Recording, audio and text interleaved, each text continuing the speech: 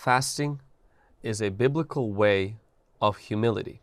In this video, we will look at some of the benefits of fasting, how it increases our humility, how it increases our hunger, and as well as helps us to grow in holiness towards God. The first thing I want to mention is fasting is a biblical way of humbling yourself. We see that David humbled his soul with fasting. In Psalm 69 verse 10 ESV, when I wept and humbled my soul with fasting, it became my reproach. In Psalm 35:13, but as for me, when they were sick, my clothing was sackcloth. I humbled myself with fasting, and my prayer would return to my own heart. So I want you to notice that in two instances, David refers to humility and how did he humbled himself with fasting. So fasting was one of the ways that David humbled himself. Now let's look at Ezra. In Ezra chapter 8 verse 21, it says, Then I proclaimed a fast there at the river of Ahava, that we might humble ourselves before our God, to seek from Him the right way for us, our little ones, and all of our possessions. Have you noticed that Ezra's way of humbling himself was with fasting? And this way of humility was for a way for them, for the little ones, and for their possessions. So it's for the family, for themselves, and as well as for their businesses or their work or their careers. And one of the ways that they were looking for God to make a way and to prosper their way is through humility. And how do they humble themselves? With fasting. We see Ahab humbled himself with fasting. 1 Kings chapter 21 and verse 27. So it was when Ahab heard those words, and these were the words that Elijah pronounced. He's like, you're a dead man, like stuff that you did was really bad. You're listening to your Jezebel wife. And so Ahab heard those words. He tore his clothes and put sackcloth on his body and fasted and lie in sackcloth and went about mourning. Now, so first you're like, okay, he's pretty broken. He's pretty devastated. He's definitely feeling the conviction. He's feeling the burn. And I want you to notice what God sees. So we see, this guy is tearing his clothes apart. He's like throwing ashes on his body and he's crying. But in 1 Kings chapter 21 verse 28 and verse 29, the word of the Lord came to Elijah the Tishbite, saying, See how Ahab has humbled himself before me. Because he has humbled himself before me, I will not bring calamity in his days. In the days of his son, I will bring the calamity on his house. That's incredible. Think about it. Ahab, who the Bible has one reference that he was one of the worst kings that Israel has ever had. Yet when he humbled himself, God noticed it. He didn't just notice it, he pretty much postponed his judgment.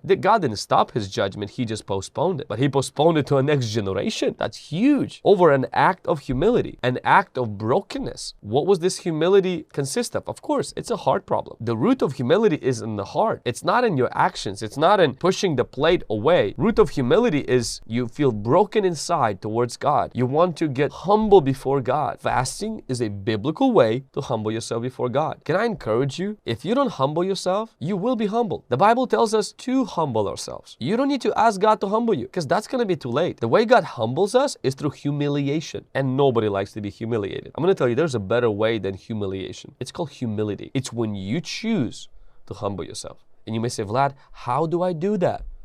The Bible has an answer. Start with fasting.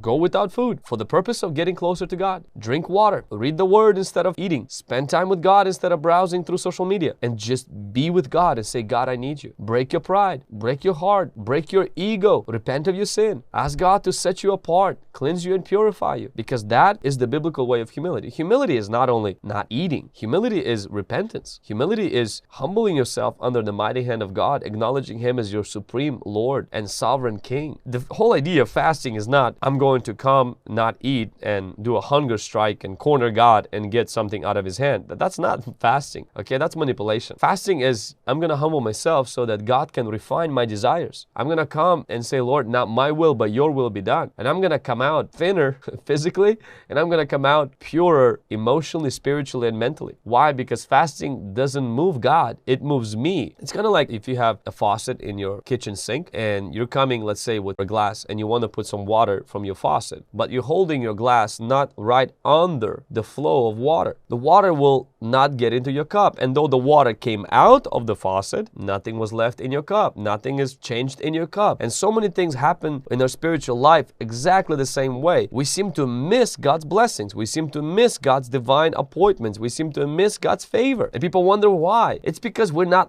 in line. We're not aligned. And God wants to bring alignment in your life. Alignment, not that you move God to your side. It's that you move yourself to His side. That's why when Joshua met the commander of the Lord's army and he says, "Are you for us or are you against us?" And he said, "Nope." He says, "I'm not for you and I'm not against you." He said, "The question is, Joshua, are you on my side or not? I'm the commander of the Lord's armies." So fasting realigns us. God doesn't need to be realigned. I need to be realigned. God doesn't need to be renewed, restored, and transformed. I need to be restored, renewed, and conformed to His image. And fasting helps me with that because it brings about repentance, confession of sin, spending time in His Word, dealing with negative emotions, dealing with all of these things that are sometimes we bottle up, dealing with numbing mechanisms we develop to deal with our pain, deal with our stress, and deal with our anxiety. All of those will surface and you're going to have to deal with them. And the Lord will purify you. The Lord will make your faith as pure as gold through the trial, through the hardship of fasting. Fasting is a biblical way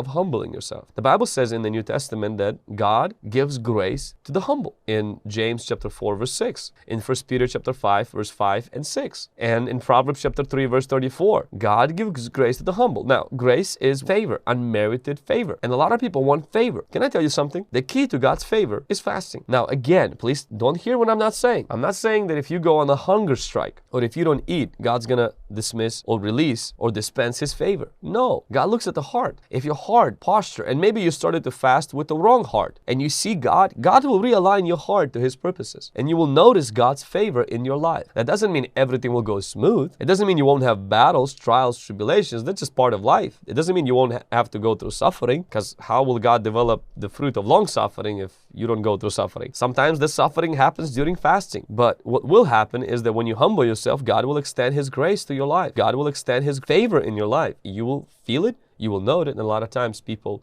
will notice it as well. The second component of fasting is that fasting restores our hunger for God. So not only fasting is a biblical way of humbling ourselves, but fasting is also a way to restore your hunger for God. See, God led Israel through the wilderness, and He was teaching them through hunger, physical hunger, how they should hunger for His Word. And it's that word that Jesus quoted in Matthew chapter 4 verse 4, where men shall not live by bread alone, but by every word from God. Jesus takes that word from Deuteronomy, where God was telling Israel why He led them through a season of hunger, to teach them that man should not live by bread alone. Meaning God was saying, I want you to depend on my word. I want you to hunger for me more than you hunger for physical food. And I don't know how and why it works like that, but I've noticed in my own life is when I lose my hunger, fasting helps to get it back. Fasting helps to reset it. Like when I go through physical hunger, not for the sake of I don't have something to eat or I'm starving, but when I'm choosing to go through physical hunger for the sake of getting closer to God, God seems to go back and reset and restore my spiritual hunger. And it's the way not only I've experienced that, I know a lot of men of God who do exactly the same. If you want to last in your hunger for God, you got to fast in your hunger for God. It's a very simple principle. So many people want to be on fire for God, and they don't realize the key is very simple. Fast. Begin to pray. Begin to press into God. Seek Him diligently. Seek Him with all of your heart. Go for a season of fasting. Go fasting every week for one day. Every month for a few days, or every 6 months, or every 12 months for an extended period, and you will see your hunger will be reset. I promise you. The third reason I would encourage you, the benefits that's going to happen with fasting, is there will be help and increase in your holiness. We know the holiness is to be set apart for God. The Bible says in 2 Timothy chapter 2, verse 20, 21, and 22, it talks about vessels of honor and vessels of dishonor. It talks about golden vessels, vessels of wood, and vessels of clay. And it says that he who separates himself, he who sanctifies himself. Now it's interesting because we know Jesus is the one who sanctifies us, yet in that verse it talks about we sanctify ourselves, meaning we have to choose the process of sanctification. We have to embrace, we have to respond to the beckoning, to the drawing of the Holy Spirit to set ourselves apart for God. God uses used Joshua to say that, sanctify yourselves for tomorrow I will do wonders in your midst. See, you must understand is today's sanctification brings tomorrow's results.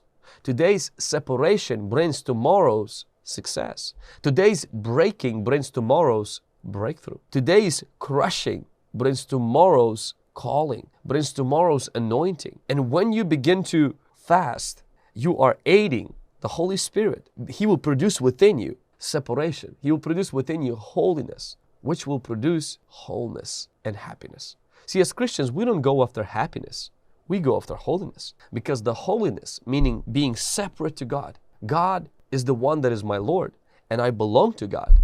The Holy Spirit, as you see on my crew neck, it says Holy Spirit. See, God is holy. The Holy Spirit is holy, and He wants to make you holy. And when you begin to fast, He first will expose areas of your life that are not holy, and He will draw you closer as you separate yourself to Him. And then He will send you, because whoever separates himself to Him, He begins to send out into His mission and into His call. You know, part of that holiness that brings wholeness and happiness is really that place we get into during fasting, where it's not my will, but your will be done. If you ever get this notion that you can fast to get whatever you want from God, like, make sure you realize it's not coming from me. It's maybe from your own flesh, because the closer you get to God during fasting, the less of you remains and more of God shines through you. It's like, if you remember the prodigal son story, you know what caused him to go away from his father is this notion that so many people have today in charismatic Pentecostal circles. Father, give me what is mine. It's demanding. I'm entitled. It's my inheritance. You know, and so many people, they go to God and, you know, they corner God. They squeeze it out of God's hand. You know, you owe me healing. You owe me this. You owe me. Give me what is mine. And so many people's prayer life looks like that. And they call it declaration. They call it decreeing. They call that taking what's yours. And please understand, God is a good God. He's a generous God. He's not withholding anything from you. I believe in rebuking the devil. I believe in spiritual warfare. Don't get me wrong. And I believe reminding God of His promises. The Bible says that. But the heart posture of give me of what is mine, for the prodigal son, it was wrong. And I know sometimes my own posture of heart is also wrong in coming in and claiming it, naming it, blabbing it, grabbing it. But something happens when you go through fasting. Do you remember what happened to prodigal son after he got what was his? See, he got the father's money. He never caught the father's mindset. He had his possessions, but he didn't have his passions. And see, so many Christians, they get through identity in Christ, knowing who they are. They get the blessings, but they don't get broken. They don't get the breakthrough. They get the stuff, but they don't get the sanctification. And very soon, you must understand, in order to come back to the Father and be close to the Father, you're going to have to be broken. And guess what happened to prodigal son? He got broken. What was one of the things that happened to prodigal son? Was hunger. If you remember carefully, he didn't have food. Now, of course, it was forced hunger. There was a famine. But still, that hunger broke him. And something happened when he came back to his father. He didn't demand for his rights. He didn't demand for a ring, for a party, and for meat. He didn't demand for a new garment. The Bible says that he was broken. And he said, make me your servant. In the beginning, he was saying, give me. But through a season of hunger and brokenness, his prayer was, make me. And I believe that's what fasting does. It's a way of humility, which releases God's grace. It's a way of hunger for God, so you can hunger after God. And it's the way of holiness, which makes you whole, which makes you happy. But this holiness is breaking down of your will. It's brokenness. It's no longer about me, give me. It's about make me. And through that, you draw nearer to the Lord. If your whole life is give me, you most likely are not going to experience the mind of Christ. You might have the blessings, but you're not going to have the brokenness. You're not going to have the breakthrough that He wants to do through your life. You might be talented, but you're not going to be anointed, because talents come with birth. Anointing comes from crushing. It comes through brokenness. Unless a grain seed falls into the ground, it remains just a grain seed. But if you want to walk in anointing, you don't need a degree. Degree is good, but anointing comes from crushing. It comes from brokenness. And I want to invite you, let's humble ourselves. Let's start fasting to get our hunger back. And let's remember that it's not about us. It's about us hungering, us being broken, so that God can release His breakthrough and glorify His name. Hey, thanks for watching this video. If you enjoyed this content, share this with your WhatsApp group or Viber group or Facebook, or hit thumbs up. Don't forget to subscribe. As always, thank you for watching, and until next time.